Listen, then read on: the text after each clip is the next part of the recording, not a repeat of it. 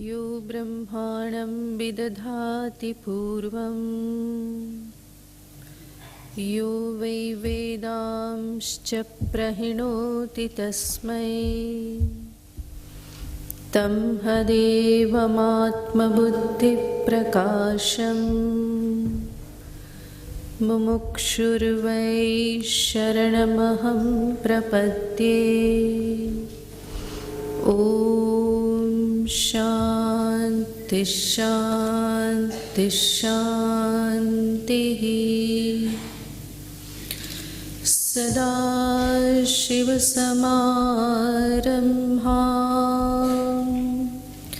शङ्कराचार्यमध्यमाम् अस्मदाचार्यपर्यन्तां वन्दे गुरुपरम्पराम्।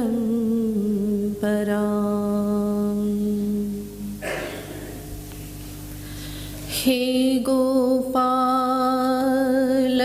हे कृपाजलनिधे,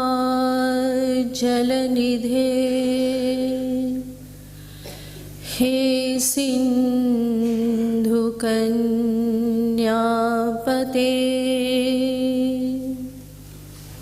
हे कंसान्तक हे गजेन्द्रकरुणा पारीण हे माधव, हे रामानुज हे जगत्त्रय गुरो, हे पुण्डरीकाक्षमा,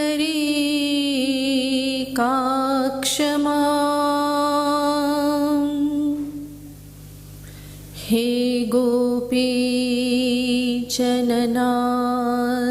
पालय परम्।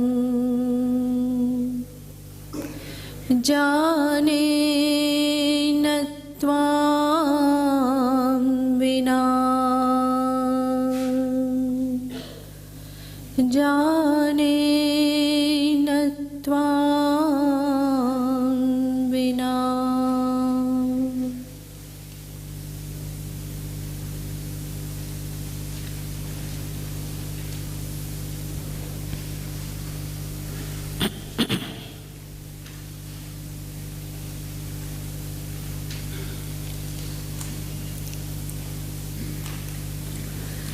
एक महात्मा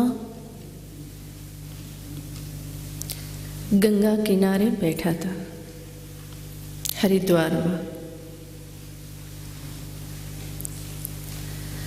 અને એક વ્યક્તિ એમની પાસે જઈને બેઠી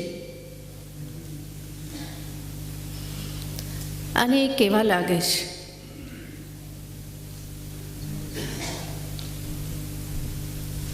हे महात्मा जी, તમારો સત્સંગ હું 1 મહિનાથી સાંભળું છું અને દર વર્ષે અહીં આવતો રહું છું. મહિનો રહું છું, આપનો સત્સંગ હું રોજ સાંભળું છું. આપ એવી મીઠી વાતો કરો છો,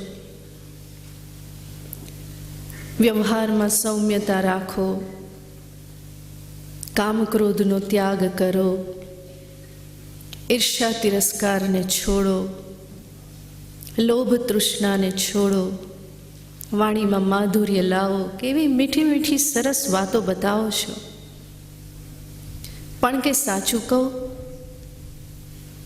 મારા પર તો કંઈ અસર થતી નથી. હું તો જેવો છું એવો ને એવો જ રહ્યો છું. મારામાં એ જ ક્રોધ છે, તિરસ્કાર છે, ઈર્ષ્યા છે, કંઈ જ અસર થતી નથી. જ્યાં છું ત્યાંનો ત્યાં જ છું. કે મહાત્મા મરક હસે છે, એને સાંભળે છે. પછી એને પૂછે છે કે ભાઈ તું ક્યાંથી આવ્યો? કે હું ગાંધીનગરથી આવ્યો. કે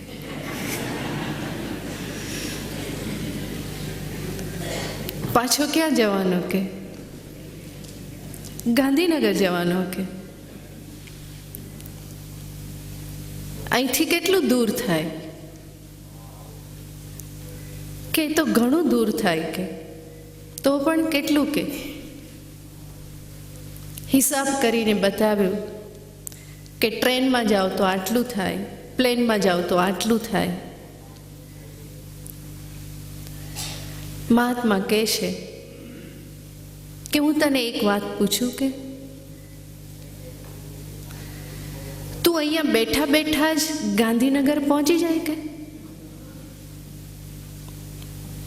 પેલો ભાઈ કહે છે કે એવી તો કેવી વાત કરો છો? કે બેઠા બેઠા પહોંચાય? કે જવું તો પડે ને, કંઈક તો કરવું તો પડે ને. મહાત્માજી કહે છે સત્સંગ સાંભળ્યા પછી કંઈક તો કરવું પડે. કે તો એનું ફળ પ્રાપ્ત થાય. ખાલી સાંભળીને બેઠા રહીએ તો ના થાય. જે કંઈ પણ સાંભળ્યું સમજ્યા એ માર્ગ ઉપર ચાલવું પડે. ચાલ્યા વગર પહોંચાય નહીં. એટલે જ આપણા શાસ્ત્ર કહેશે ચરૈ વેતી ચરન્વય મધુવિંદતી. ચાલતા રહો, ચાલતા રહો. જે ચાલે એને મધ પ્રાપ્ત થાય, ફળ પ્રાપ્ત થાય. શાસ્ત્ર કહે છે સૂતેલાનું ભાગ્ય સૂતેલું જ રહેશે,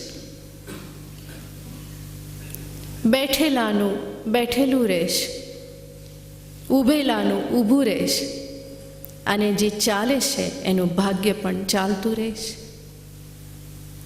એટલે જ ચાલવું એ માનવનું કામ છે. અટકવામાં કોઈ કલ્યાણ નથી. માટે જ સંતો કે ચાલતા રહો, ચાલતા રહો. તારી જો હાક સુણીને કોઈ ના આવે તો એકલો જાને રે, એકલો જાને રે. તું જવાનું ચાલુ રાખ, ચાલવાનું ચાલુ રાખ. જ્યાં અટક્યો ત્યાં બધું જ અટકી જવાનું છે. ચાલતા રહેવામાં જ કંઈક પ્રગતિ છે.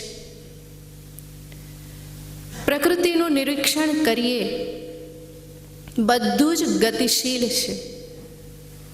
સૂર્ય ગતિ કરે છે, ચંદ્ર ગતિ કરે છે, પૃથ્વી ગતિ કરે છે, વૃક્ષો પણ ઉગે છે, એની પણ ગતિ થાય છે. પશુઓ, જીવ જંતુઓ બધાને જોઈએ, બધા કંઈક કરી રહ્યા છે. ક્યાંક ને ક્યાંક એ પહોંચવાની મથામણ કરી રહ્યા છે. અને જ્યાં બધું જ ગતિશીલ છે ત્યાં મનુષ્ય એક અટકી પડે તો કેમનું ચાલે? એણે પણ પ્રવાહની સાથે સાથે વહેવું જ રહ્યું, ચાલવું જ રહ્યું. એ એક જગ્યાએ અટકી જાય, બેસી જાય તો એ યોગ્ય નથી. અને મનુષ્ય એટલે શું?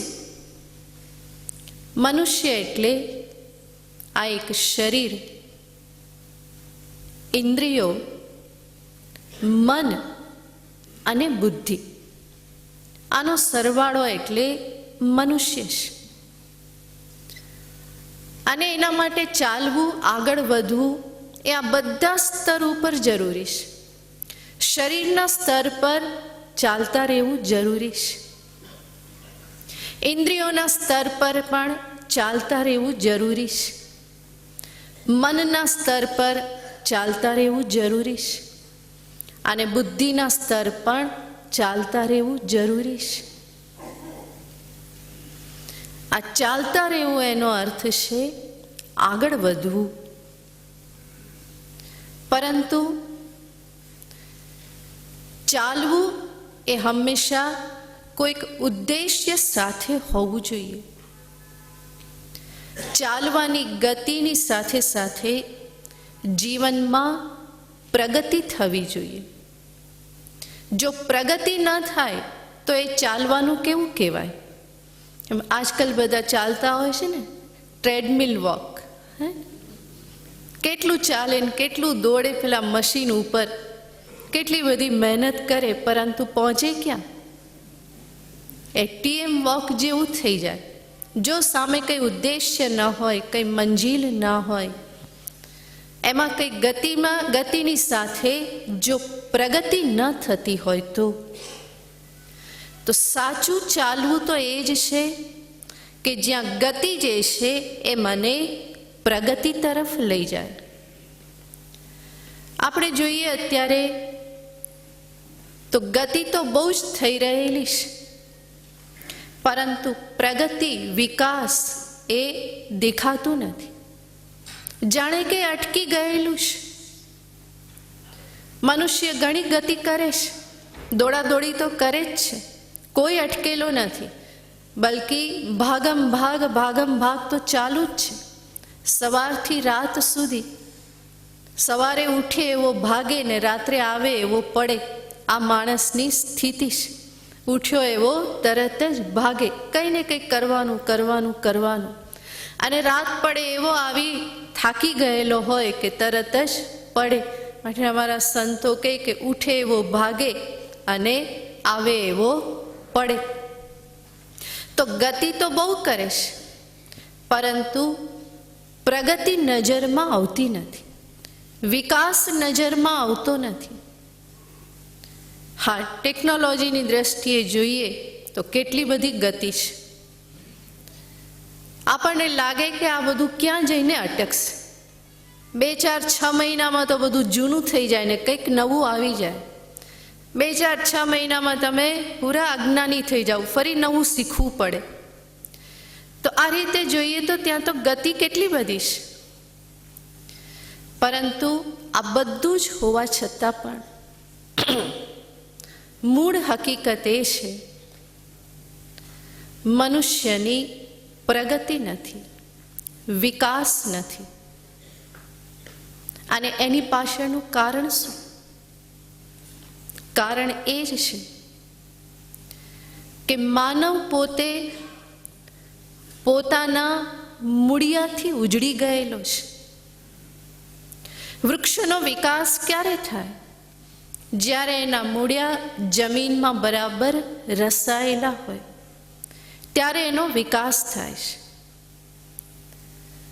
અને જો મૂળિયા ઉખડી ગયા તો વૃક્ષ જે છે એ જમીનદોસ્ત થઈ જાય છે, નષ્ટ થઈ જાય છે. એવું જ મનુષ્યનું પણ છે. અત્યારે જોઈએ તો એવું લાગે કે માણસ જાણે કે ફેંકાઈ ગયો છે. એના મૂળિયાથી એ જાણે કે ક્યાંય દૂર પડી ગયેલો છે. અને એટલા માટે વિકાસ દેખાતો નથી, પ્રગતિ દેખાતી નથી. બહારની પ્રગતિ ઘણી બધી છે, પરંતુ જે આંતરિક પ્રગતિ થવી જોઈએ એ પ્રગતિ દેખાતી નથી.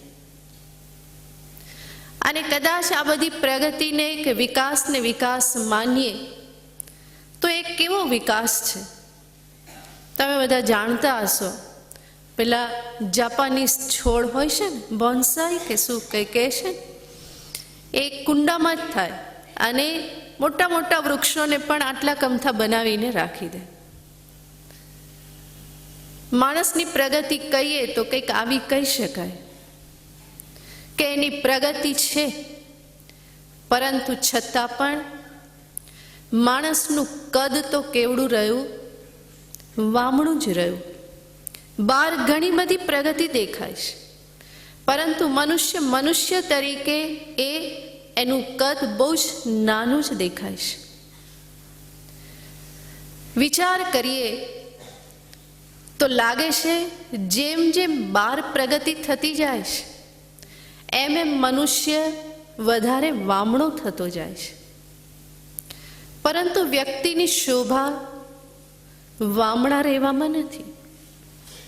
વ્યક્તિની શોભા વિરાટ બનવામાં છે. અને એટલા માટે જ ચાલતા રહેવું, આગળ વધતા રહેવું એ જરૂરી છે. દાદાને કહો જરા કોથળી લઈ લો એમની પાસેથી, બરાબર?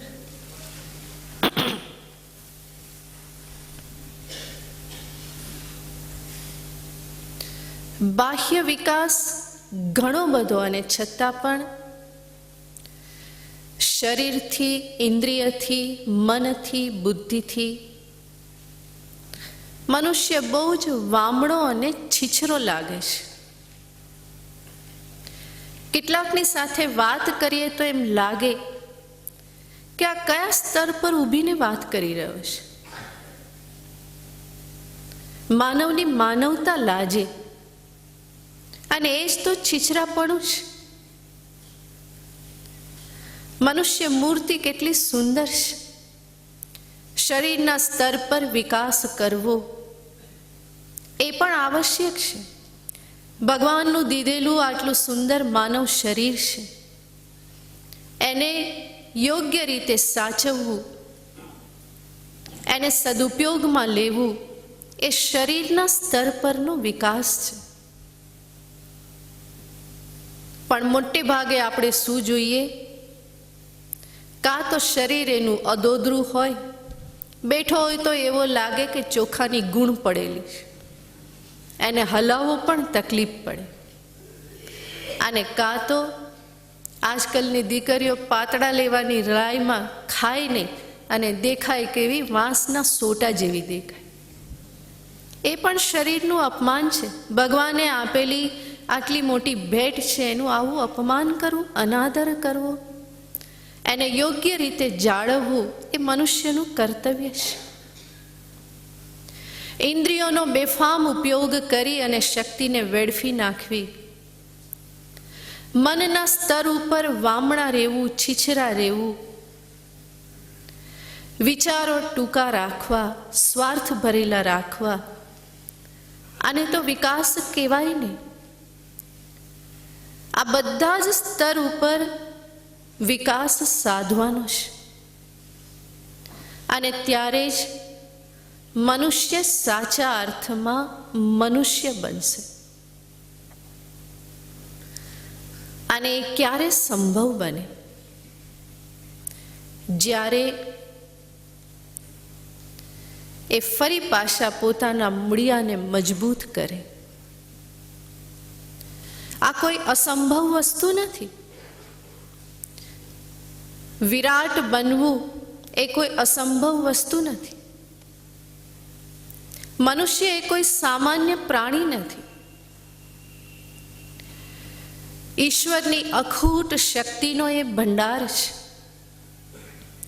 ક્રિયાશક્તિ, ઈચ્છા શક્તિ, જ્ઞાન શક્તિ, આ બધી ઈશ્વરીય શક્તિઓ છે, અને બધી જ શક્તિ મનુષ્યને પ્રાપ્ત થયેલી છે. માત્ર એને પ્રગટ કરવાની છે, એને યોગ્ય દિશામાં વાળવાની છે. અને આ કોઈ અસંભવ તો નથી જ. થોડી મહેનતની જરૂર છે. દરેક જીવાત્મા એ પરમાત્મા સ્વરૂપ જ છે. એટલે જ આપણા શાસ્ત્રો તો કહે છે, તત્ત્વમસી, તું તે જ છે, એનાથી જુદો નથી. અયમ આત્મા બ્રહ્મ, આ ઉપનિષદનો ઘોષ છે. એટલા માટે જ દરેક જીવાત્મા પરમાત્મા સ્વરૂપ જ છે. પરમાત્મા બનવાને એ સંભવ છે. પણ ક્યારે બને? જેવી રીતે કોઈ એક બીજ છે, બીજમાં મહાન વૃક્ષ થવાની શક્તિ છે, પરંતુ એ શક્તિ ક્યારે પ્રગટ થાય? એ બીજને જમીનમાં મૂકવામાં આવે. ધીમે ધીમે એના મૂળિયા જે છે ફેલાતા થાય, બીજ સ્વયં ઓગળી જાય, અને ત્યારે એ વૃક્ષ રૂપે પ્રગટ થાય છે. એવી જ રીતે જીવ જે છે, મનુષ્ય જે છે, એક બીજ રૂપ છે.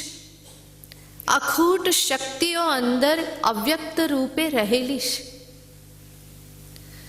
અને એ બીજને જ્યારે સાધના રૂપી ભૂમિમાં જ્યારે એને મૂકવામાં આવે, એ જમીનમાં જ્યારે એને રાખવામાં આવે અને જ્યારે એના જ્ઞાન અને ભક્તિના મૂળિયા જ્યારે દ્રઢ થાય, ત્યારે એમાં સચ્ચિદાનંદ ઘન પરમાત્મ સ્વરૂપ વૃક્ષ જે છે એ પ્રગટ થઈ ઉઠે છે. અને ત્યારે જ એ મનુષ્ય જે છે એ પૂર્ણ વિકાસને પામ્યો કહેવાય. એ અહંકારની ગોટલી જે છે એ ઓગળવી જોઈએ સાધનાની ભૂમિમાં, અને ત્યારે જ એ જીવનના પરમ ધ્યેયને પામે છે. ત્યારે જ એ મનુષ્ય સાચા જીવનથી, સાચા જ્ઞાનથી અને સાચા આનંદથી યુક્ત થાય છે.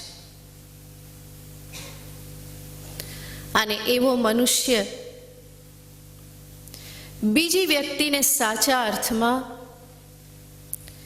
જીવનદાન આપે, જ્ઞાનદાન આપે, આનંદનું દાન આપે. અને એને જ કહેવાય કે વ્યક્તિ વિશ્વની સાથે એક થઈ. અને વ્યક્તિ જ્યારે વિશ્વની સાથે એક થાય ત્યારે જ એ વિરાટ બને છે. જેવી રીતે તરંગ સમુદ્રની સાથે એક થાય તો એ અગાધ જલરાશિ રૂપે વિરાજમાન થાય છે. અને આવી પ્રગતિ સાધવી, એમાં જ માનવ જીવનનું પરમ સાફલ્ય છે. આ બધી વાતો સાંભળીને કદાચ તમને થાય કે આ તો બહુ અઘરું, પણ અઘરું કંઈ જ નથી. આને આપણે પ્રાપ્ત કરી શકીએ એટલા માટે જ આપણને ભવ્ય વારસો પ્રાપ્ત થયેલો છે. આપણી ભારતની ભવ્ય જ્ઞાન પરંપરા, શાસ્ત્ર પરંપરા કેટલી અનુપમ પરંપરા છે. એ કોઈ એક જાતિને માટે, એક વર્ગને માટે નહીં, બલ્કિ સમસ્ત માનવ જાતિને માટે છે. જેમાં જીવનને સફળ કરવાનો માર્ગ બતાવવામાં આવ્યો છે.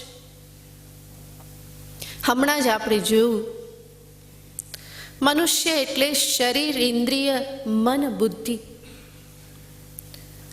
અને મારા વ્યક્તિત્વના દરેક પાસાના વિકાસને અર્થે શાસ્ત્રમાં ઉપાય દર્શાવ્યા છે. મારા શરીર અને ઇન્દ્રિયોના વિકાસને અર્થે જે ઉપાય દર્શાવવામાં આવ્યો એને શાસ્ત્રમાં નામ આપવામાં આવ્યું કર્મયોગ.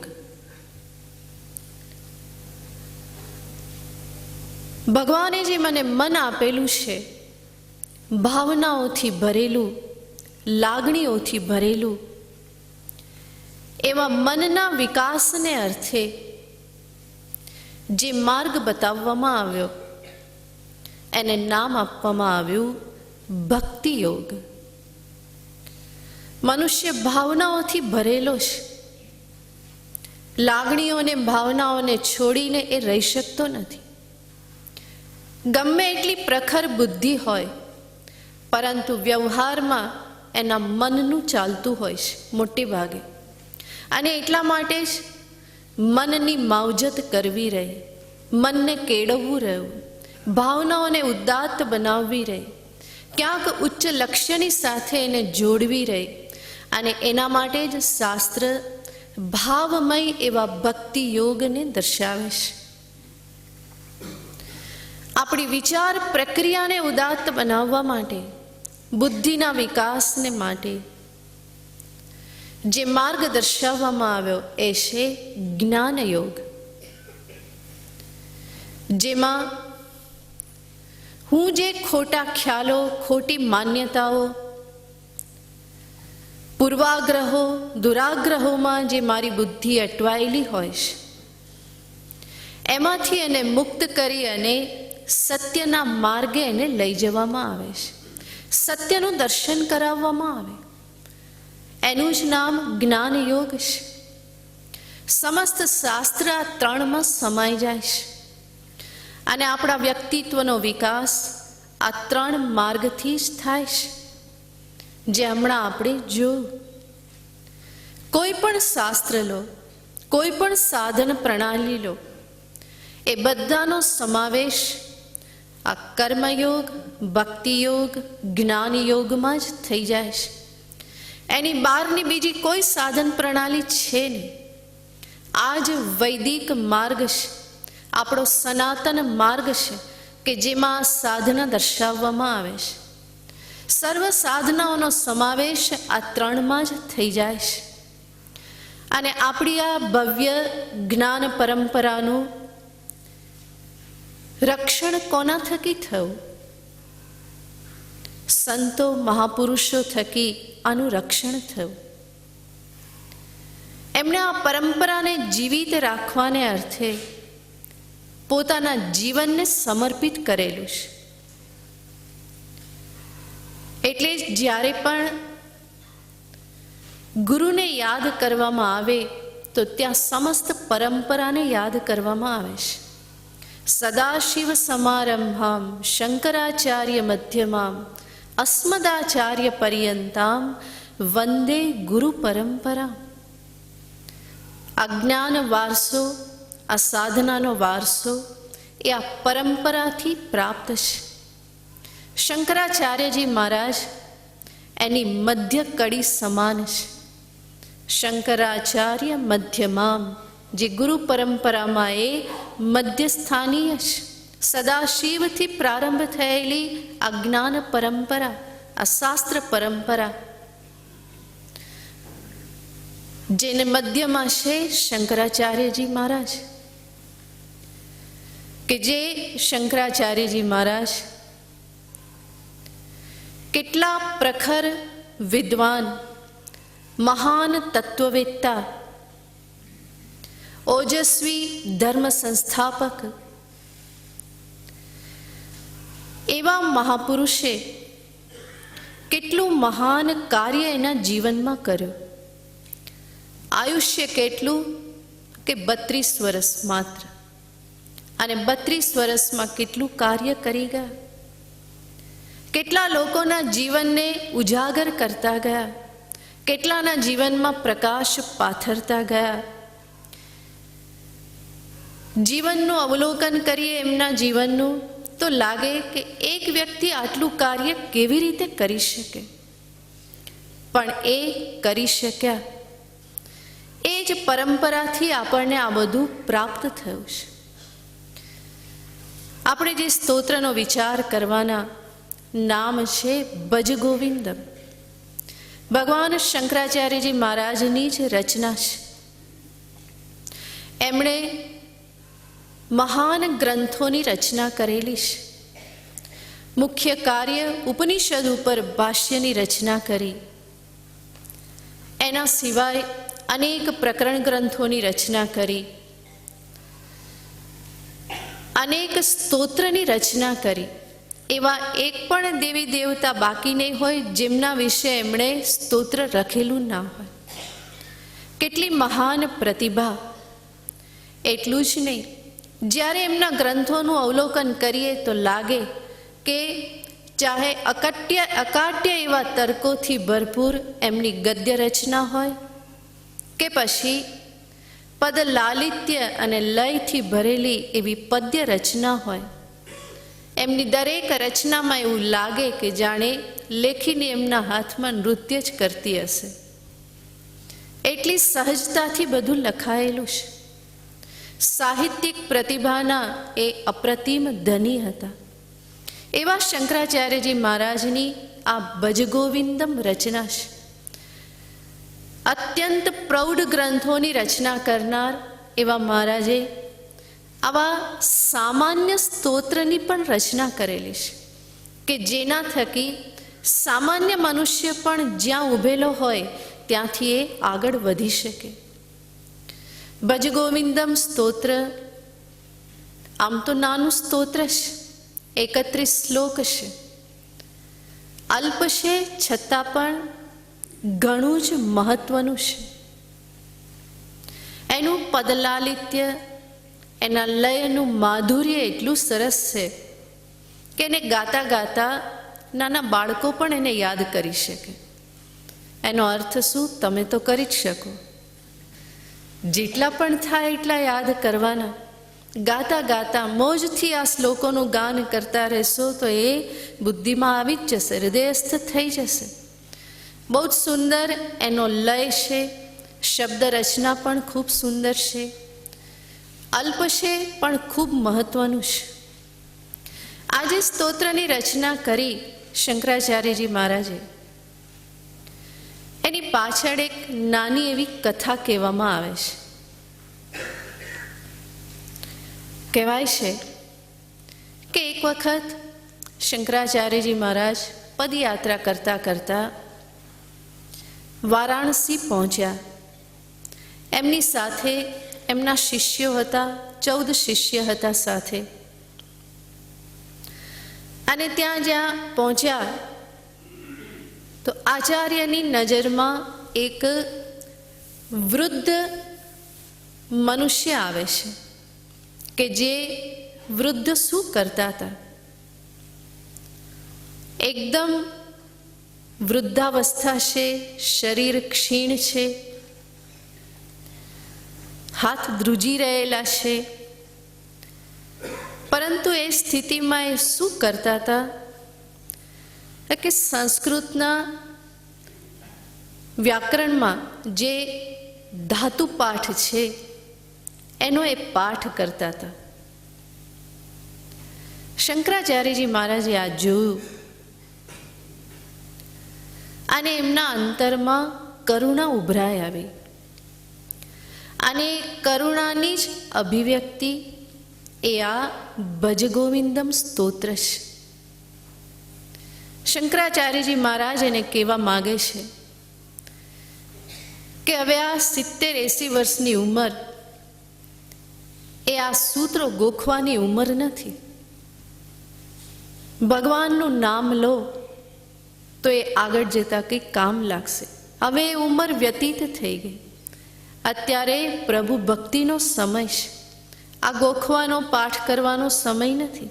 કમસે કમ એ તો ધાતુ પાઠ ગોખતા હતા કે સંસ્કૃતના વ્યાકરણ રટણ કરતા હતા. આજકાલ તો એ કોણ કરવાનું? મોબાઈલ લઈને બેઠા હોય, કાં ટીવી સામે બેઠા હોય, કાં પીસી લઈને બેઠેલા હોય, કાં ન્યૂઝપેપર હાથમાં હોય. શંકરાચાર્યજી મહારાજ કહે છે કે આ સમય એના માટે નથી. ઘણો ઓછો સમય રહ્યો છે. ભજ ગોવિંદમ, ભજ ગોવિંદમ. તું ગોવિંદનું ભજન કર. સમય બહુ જ ઓછો છે. તો ભગવાન શંકરાચાર્યજી આવી કરુણાથી યુક્ત થઈ અને આ ઉદ્ગાર કાઢે છે, જેમાં આ પહેલો શ્લોક જે છે એ ટેક જેવો છે, જેની પ્રથમ 2 પંક્તિનું પુનરાવર્તન દરેક શ્લોક પછી કરવામાં આવે છે. અને ભગવાન શંકરાચાર્યજીએ એવી રીતે આ એક પ્રથમ શ્લોક પછી બીજા 12 શ્લોકનું ગાન કર્યું. અને જ્યારે આચાર્ય બહુ પ્રેમથી અને ભાવથી ગાન કરતા હોય તો શિષ્યોથી કેવી રીતે રહેવાય? માટે કહેવાય છે કે 12 શ્લોક આ શંકરાચાર્યજી મહારાજે એનું ગાન કર્યું. શિષ્યો પણ એની સાથે પ્રવાહમાં એટલા બધા વહેતા થઈ ગયા કે દરેક શિષ્યોએ પણ એક શ્લોકનું ગાન કર્યું. પ્રથમ 1 શ્લોક ટેક સ્વરૂપે, 12 શ્લોક શંકરાચાર્યજી મહારાજ બોલ્યા. પછીના 14 શ્લોક એ એક શિષ્યોએ એનું ઉચ્ચારણ કર્યું. અને છેલ્લા 4 શ્લોક જે છે એ ફરી ભગવાન શંકરાચાર્યજી મહારાજે આશીર્વાદ રૂપે એનું ગાન કર્યું. તો આવી રીતે આ બધા શ્લોક મળીને 1 + 12 + 14 + 4 = 31. આ 31 શ્લોકનું ભજ ગોવિંદમ સ્તોત્ર છે. ભજ ગોવિંદમનું બીજું નામ છે મોહ મુદ્ગર, કારણ કે એ મનુષ્યના મોહ ઉપર પ્રહાર કરનાર છે, મોહનો નાશ કરનાર છે, અને એટલા માટે એને મોહ મુદ્ગર પણ કહેવામાં આવે છે. શંકરાચાર્યજી મહારાજે જે 12 શ્લોકનું ગાન કર્યું એને દ્વાદશ પંજરિકા સ્તોત્ર પણ કહેવાય છે. શિષ્યોના 14 શ્લોકને ચતુર્દશ પંજરિકા સ્તોત્ર પણ કહેવામાં આવે છે. તો આ રીતે આ ભજગોવિંદમ સ્તોત્રની રચના છે. આ જે સ્તોત્ર જે છે એના શ્લોકોમાં ક્યાંય કોઈ તર્ક નથી, ક્યાંય કોઈ ખંડન મંડન નથી. એમાં શંકરાચાર્યજી મહારાજ અને શિષ્યો મનુષ્યના દુઃખનું કારણ જે છે એ કારણોને બતાવે છે, અને સાથે સાથે જીવના કલ્યાણને અર્થે પરમાત્મા પ્રાપ્તિના ઉપાયને પણ બતાવે છે. અને આ જે આખી વાત જે થાય છે એ બહુ વિલક્ષણ રીતે થાય છે. ક્યાંક બહુ પ્રેમથી દર્શાવવામાં આવે છે, મનુષ્યને જગાડવાનો છે. ક્યાંક એને પ્રેમથી કહેવામાં આવે છે, ક્યાંક આક્રોશ સાથે દર્શાવવામાં આવે છે. અને ક્યારેક એવું લાગે શંકરાચાર્યજી મહારાજ આપણો કાન આંબળીને કહેતા હોય ને એવી રીતે કહે છે, અને ક્યાંક બરાબર ચાબખા મારતા હોય એવી રીતે પણ કહે છે. એની પાછળનું તાત્પર્ય છે કોઈને કોઈ હિસાબે આ મનુષ્ય જાગી જાય. જે સૂતેલો છે એને જગાડવાનો છે. પ્રેમથી જાગે તો પ્રેમથી, ઢંઢોળવાથી જાગે તો ઢંઢોળવાથી, કાન આમળવાથી જાગે તો એવી રીતે, પણ કોઈ પણ રીતે જગાડવો છે. અને એની પાછળ કેવળ કરુણા જ કામ કરી રહેલી છે. ખૂબ સુંદર શ્લોક છે, ખૂબ સુંદર વાતો છે. કોઈ મને પૂછતું હતું કે ગુરુમાં ભજગોવિંદમમાં છે શું તમે જે લેવાના છો? સામાન્ય વ્યક્તિ જેને વિશેષ કંઈ ખબર ના હોય એને કહું પણ શું? એને એવું કહું એમાં જ્ઞાનની વૈરાગ્યની વાતો છે તો એ કંઈ સમજે નહીં. પણ કુતૂહલ એવું હતું કે આમ છે શું તમે જે વાત કરવાના છો એમાં? મેં એને કહ્યું કે આ ભજગોવિંદમમાં આપણી વાતો છે, મારી ને તારી વાતો છે એમાં, બસ બીજું કંઈ જ નથી. આપણા જ જીવનની, આપણા જ મનની, આપણા જ મહિલાની વાતો છે. અને મારી ને તારી એવું એટલે કીધું કે એમાં સંન્યાસી વિશે પણ શંકરાચાર્યજી વાત કરે છે. ગ્રસ્થોને તો કે જ છે, સંન્યાસી વિશે પણ વાત કરે છે. તો આ જે વાત જે છે એ આપણી વાતો છે. આપણી વાતો એનો અર્થ ઘરની વાતો છે, ઘરની વાતો, બરાબર? જે ઘરમાં કહેવાય એવી આ વાતો છે. અને એમાંથી બહુ બધું શીખવાનું છે, જેનો આપણે પ્રારંભ કરીએ. બહેનો ગાન કરશે, તમે એનું પુનરુચ્ચારણ કરજો. ભજ ગોવિંદમ ભજ ગોવિંદમ ગોવિંદમ ભજ મૂઢમતે ભજ ગોવિંદમ ભજ ગોવિંદમ ગોવિંદમ ભજ મૂઢમતે સંપ્રાપ્તિ સન્નિહિતે કાલે સંપ્રાપ્તિ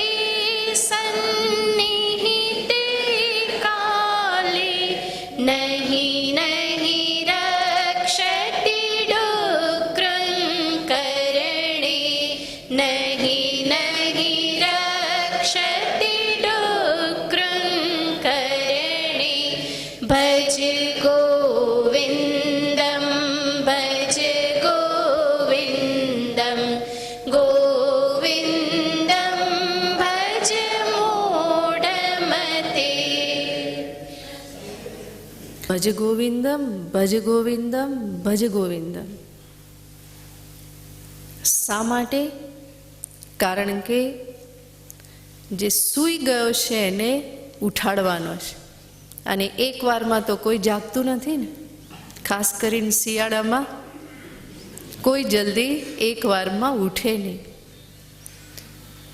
શંકરાચાર્યજી મહારાજ પણ સૂતેલાને જ ઉઠાડી રહ્યા છે. એક વારમાં ઉઠે નહીં માટે 3 વખત કહે છે. અને ઘણી વખત તો જે સૂવાનો ઢોંગ કરતો હોય ને એ તો 3 વખતમાંય ના ઉઠે. એને તો વારંવાર કહેતા રહીએ ને ત્યારે પછી એ કંટાળે ત્યારે શું કે જાગું જ છું હવે કે. તો ભગવાન ભાષ્યકાર પહેલા શ્લોકમાં તો 3 વખત કહે છે, પણ પછી દરેક શ્લોક પછી કયા જ કરે છે ભજ ગોવિંદમ ભજ ગોવિંદમ. માટે જે સૂતેલો હોય એ પણ જાગી જાય, અને જે ઢોંગ કરતો હોય એ પણ થાકીને અંતે જાગી જ જાય. એમણે બીડું ઝડપેલું છે કે જગાડીને રહીશ. આ 8 દિવસમાં જગાડીને જ રહીશ એવું શંકરાચાર્યજી મહારાજે બીડું ઝડપેલું છે. અને એટલા માટે વારંવાર કહેશે ભજ ગોવિંદમ ભજ ગોવિંદમ. અને પ્રેમથી કહેશે મૂઢ મતે. મૂઢ મતે આને આપણે મીઠા શબ્દમાં કહીએ તો અરે પગલે, હે ને. ખાલી આપણે બીજો શબ્દ શું કરવા વાપરો? પ્રેમથી જ જગાડીએ ને પછી ના જાગે તો પછી કઠોર શબ્દ વાપરો. તો કહેશે કે અરે પાગલ પગલે, જાગો, ગોવિંદને ભજો, ભજ ગોવિંદમ. ગોવિંદ શબ્દ બહુ જ મીઠો મધુરો શબ્દ છે. બોલતા બોલતા જ મુખમાં પાણી આવી જાય. ભગવાન માટે જો પ્રેમ હોય ને, જેમ કોઈ વાનગીનું નામ સાંભળતા જ મુખમાં પાણી આવી જાય, જે ભાવતી હોય, એવી રીતે ગોવિંદ શબ્દ જેને ભગવાન માટે પ્રેમ હોય એ ગોવિંદ બોલતા બોલતા તો મુખમાં પાણી છૂટી જ જાય. એવો મીઠો મધુરો શબ્દ છે. હે ગોવિંદ, હે ગોપાલ, કેવું મધુરું લાગે. અને ભગવાનના નામને જ્યારે અર્થ સમજી અને જ્યારે એને બોલાવીએ, ઉચ્ચારણ કરીએ તો એના કરતાં પણ વધારે રસ આવે. ગોવિંદ શબ્દ જે છે એના ઘણા બધા અર્થ થાય છે. ગો શબ્દના જ ઘણા બધા અર્થ થાય છે. એના આધારે ગોવિંદ શબ્દના ઘણા અર્થ થાય છે. ગો યાને વાણી, વાણીને પ્રાપ્ત કરાવનાર એને કહેવાય ગોવિંદ. ગો શબ્દનો બીજો અર્થ થાય છે પૃથ્વી. પૃથ્વીને પાતાળમાંથી લઈ આવનાર એને કહેવાય ગોવિંદ. ગો શબ્દનો ત્રીજો અર્થ થાય છે વેદવાણી. જે વેદ વચનોથી જ જેને પામી શકાય, જેને સમજી શકાય, જેનું સ્વરૂપ વેદ શાસ્ત્રથી જ કળી શકાય, એને કહેવાય ગોવિંદ. ગો શબ્દનો ચોથો અર્થ થાય છે ગાય. જે ગાયોના સ્વામી છે, ગાયોના ઇન્દ્ર છે, એને કહેવાય ગોવિંદ. ગો શબ્દનો પાંચમો અર્થ થાય છે ઇન્દ્રિય. જે સર્વ ઇન્દ્રિયોના અધિપતિ છે એને કહેવાય ગોવિંદ. તો આવી રીતે ગોવિંદ શબ્દના અનેક અર્થ થાય છે. ગોવિંદ શબ્દ ભગવાનના સગુણ સાકાર સ્વરૂપ અને નિર્ગુણ નિરાકાર સ્વરૂપ બંનેને દર્શાવે છે. જ્યારે અહીંયા ગોવિંદ કહેવામાં આવ્યું તો એવું ના સમજવું કે માત્ર ગોવિંદ એટલે કૃષ્ણની જ વાત થાય છે. ગોવિંદને ભજ એનો અર્થ છે પ્રભુને ભજ, તારા ઈષ્ટદેવનું ભજન કર. એ કૃષ્ણ પણ હોઈ શકે, રામ હોય, શિવ હોય, દેવી હોય, ગણેશ હોય, હનુમાન હોય, કોઈ પણ હોઈ શકે. કહેવાનું તાત્પર્ય છે તારા ઈષ્ટદેવનું ભજન કર. ગોવિંદ ગોવિંદ નામ લેતો રે. ગોવિંદ ભજ ગોવિંદમ ભજ ગોવિંદમ ગોવિંદ દામોદર માધવેતી. સંતો હંમેશા આ નામનું રટણ કર્યા કરે છે. એટલું જ નહીં, એ તો પોતાની જીભને પણ કીધા કરે છે કે હે જીભ ભગવાનનું નામ લે. સદૈવ ભજ સુંદરાણી. આ ભગવાનના સુંદર નામ જે છે, સમસ્ત ભક્તાર્થ વિનાશનાની ગોવિંદ દામોદર માધવેતી. સંતો પોતાની જીભને કહે છે કે ભગવાનનું નામ લેતી રહે. જીહ્વે કીર્તય કેશવમ મુરરીપુ. એ મારી જીહવા કેશવનું કીર્તન કર, એનું નામ લે. તો સંતો ફરી ફરીને ઇન્દ્રિયોને કહેતા રહેશે. ભગવાન નામમાં એટલી મહાન શક્તિ છે, એટલા પાપોને નાશ કરવાની શક્તિ છે કે એનો મહિમા દર્શાવતા કહેવામાં આવે છે કે એટલા પાપોને નાશ કરવાની શક્તિ છે કે જેટલા પાપ કરવાની શક્તિ મનુષ્યમાં નથી.